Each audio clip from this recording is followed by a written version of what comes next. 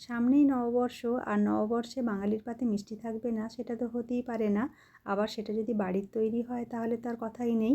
আজকে আপনাদের সাথে বাড়িতে থাকা উপকরণ দিয়ে খুবই সহজ পদ্ধতিতে একটা দুর্দান্ত স্বাদের মিষ্টির রেসিপি শেয়ার করছি। আপনারা অবশ্যই একবার বানিয়ে সকলকে খাওয়াবেন, দেখবেন সকলের খুবই পছন্দ হবে। এখানে যে পাত্রে আমি মিষ্টিটা সেট করব, একটা প্লেন কাগজের ওপর খুব ভালো করে ঘি ব্রাশ করে নিচ্ছি, তাহলে মিষ্টিটা যখন তুলব তখন খুবই সুবিধা হবে। আর এখানে একটা আমি মিক্সিং জার নিয়ে নিয়েছি, এর মধ্যে আমি হাফ কাজু আর হাফ কাপ আমন্ড, দুটোকে আমি হাফ হাফ করে মোট 1 কাপ নিয়েছি, আর 1/4 কাপ চিনি দিয়ে খুব ভালো করে এটাকে গ্রাইন্ড করে নেব। এইভাবে করে নিলে কাজু আর আমন্ড থেকে যে তেলটা রিলিজ হয় সেটা একটু কম হবে, আর চিনি দেওয়ার ফলে খুব সুন্দরভাবে এটাকে গুঁড়ো করা যাবে। দেখুন এটাকে খুব সুন্দর করে করে নিয়েছি। এবার আমি ফ্লেমটাকে অন করে দিয়ে একটা ননস্টিকের কড়াই চাপিয়ে নিলাম। গ্যাসের ফ্লেমটাকে এই সময় একদম লো টু মিডিয়াম করে দিয়েছি, আর এর মধ্যে দিয়ে দিচ্ছি 1 কাপ ছোলার ডালের বেসন। ছোলার ডালের বেসনটা নেওয়ারই চেষ্টা করবেন, তাহলে মিষ্টির স্বাদটা বেশি ভালো হবে। এবার এটাকে 5 থেকে 6 মিনিটের মতো একদম লো টু মিডিয়াম ফ্লেমে নাড়াচাড়া করে নেব। লক্ষ্য রাখতে হবে বেসনের কালারটা যাতে চেঞ্জ না হয়ে যায়, জাস্ট কাঁচা গন্ধটা চলে যাবে সেরকমভাবেই আমি নাড়াচাড়া করে নিলাম।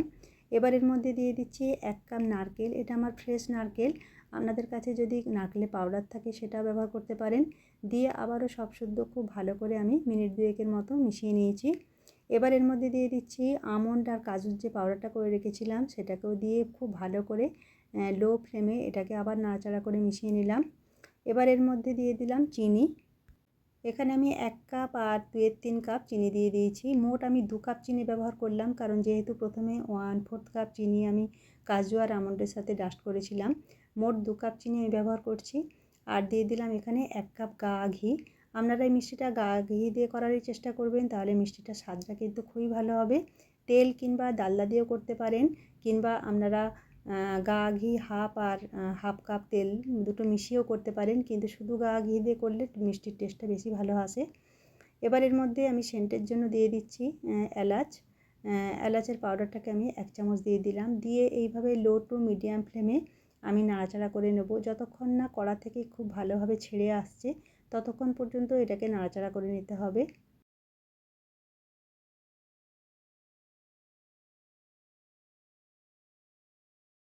এটাকে লো টু মিডিয়াম ফ্লেমেই নাড়াচাড়া করে নেব, কখনোই হাই ফ্লেমে করব না, তাহলে তলা থেকে মিষ্টিটা লাল হয়ে গিয়ে মিষ্টিটা পুড়ে যাওয়ার সম্ভাবনা থাকে, তাহলে কিন্তু খেতে একদমই ভালো লাগবে না। সবসময় চেষ্টা করবেন মিষ্টিটা তলায় একদম বসে না যায়। এইভাবে দেখবেন যখন কড়া থেকে সুন্দরভাবে ছেড়ে আসবে তখনই জানবেন মিষ্টিটা একদম রেডি হয়ে গেছে। আরও একটা টিপস আপনারা ফলো করতে পারেন, এইভাবে স্প্যাচুলার সাহায্যে সামান্য একটু নিয়ে হাতের মধ্যে আপনারা নেবেন। যদি হাতের মধ্যে লেগে না থাকে, যদি যে কোনো শেপ দেওয়া যায়, তাহলে জানবেন যে মিষ্টিটা আপনাদের একদম রেডি হয়ে গেছে। এবার যে বাটার পেপারটা আমি রেডি করে রেখেছিলাম তার মধ্যে আমি মিষ্টিটা দিয়ে দিলাম। দিয়ে এবার গরম অবস্থাতেই আমি এটাকে সুন্দরভাবে শেপ দিয়ে নেব। এটাকে কিন্তু গরম অবস্থাতেই করতে হবে, ঠান্ডা হয়ে গেলে এটা শক্ত হয়ে যাবে, তখন কিন্তু এইভাবে সুন্দরভাবে শেপ দেওয়া যাবে না। এইভাবে আপনারা স্প্যাচুলার সাহায্যে কিংবা কোনো প্লেন বাটি কিংবা গ্লাসের পিছন দিয়েও এই কাজটা করে নিতে পারেন। তবে সবসময় খেয়াল রাখতে হবে গরম অবস্থাতেই করে নিতে হবে, নাহলে কিন্তু এটা করা যাবে না। এবার এর মধ্যে আমি কিছু ড্রাই ফ্রুটস অ্যাড করছি। আমন্ড আর পেস্তাকে আমি ছোটো ছোটো করে কুচো করে নিয়েছি। এটা অপশনাল সম্পূর্ণ, এটা দিলে কিন্তু দেখতেও ভালো লাগে, খেতেও ভালো লাগে। এইভাবে আমি সুন্দরভাবে এর মধ্যে ছড়িয়ে দিলাম।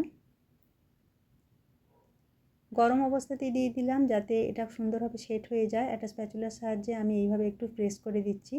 এইভাবে করে দিলে তাহলে আমন্ড আর যে ড্রাই ফ্রুটসগুলো দিয়েছি সেটা খুব সুন্দরভাবে সেট হয়ে যাবে।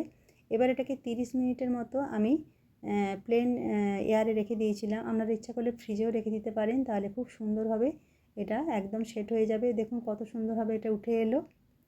এবার আমি বাটার পেপারটাও এ থেকে ছাড়িয়ে নিচ্ছি।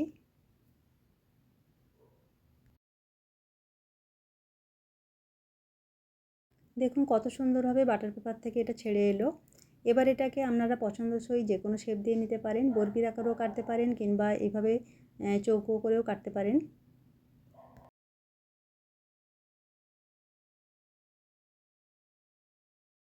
এই মিষ্টিটা একবার তৈরি করে আপনারা মাস জুড়ে সংরক্ষণ করতে পারেন, কোনো ফ্রিজে রাখতে হবে না, বাইরেই আপনারা এই মিষ্টিটাকে রেখে দিতে পারেন। যেহেতু গা ঘি দিয়ে তৈরি, একদমই খারাপ হয় না। আর এটা আপনারা যদি ঠাকুরের প্রসাদ হিসাবে বানিয়ে রাখেন তাহলে তো খুবই সুবিধা হয়, তাহলে আর ডেলি বাইরে থেকে আপনাদের কোনো মিষ্টি কিনতে যেতে হবে না। আপনারা অবশ্যই একবার বাড়িতে বানাবেন, দেখবেন সকলের খুবই ভালো লাগবে। তাহলে দেখেই বুঝতে পারলেন কত কম উপকরণে বাড়িতে খুব সহজভাবে একটা সুস্বাদু মিষ্টি খুব সহজেই তৈরি করে নেওয়া যায়। বন্ধুরা, আজকের মিষ্টির রেসিপি যদি একটু ভালো লেগে থাকে প্লিজ একটা লাইক দেবেন আর কমেন্ট করে অবশ্যই জানাবেন কেমন লাগলো। চ্যানেলের নতুন বন্ধু হলে চ্যানেলটাকে সাবস্ক্রাইব করে রাখতে পারেন, কারণ আমি যে সকল নতুন রেসিপি চ্যানেলে শেয়ার করব সবার আগে সেই নোটিফিকেশনটা আপনাদের কাছে পৌঁছে যাবে। সবাই ভালো থাকবেন, সুস্থ থাকবেন আর অনেক আনন্দে থাকবেন। ধন্যবাদ।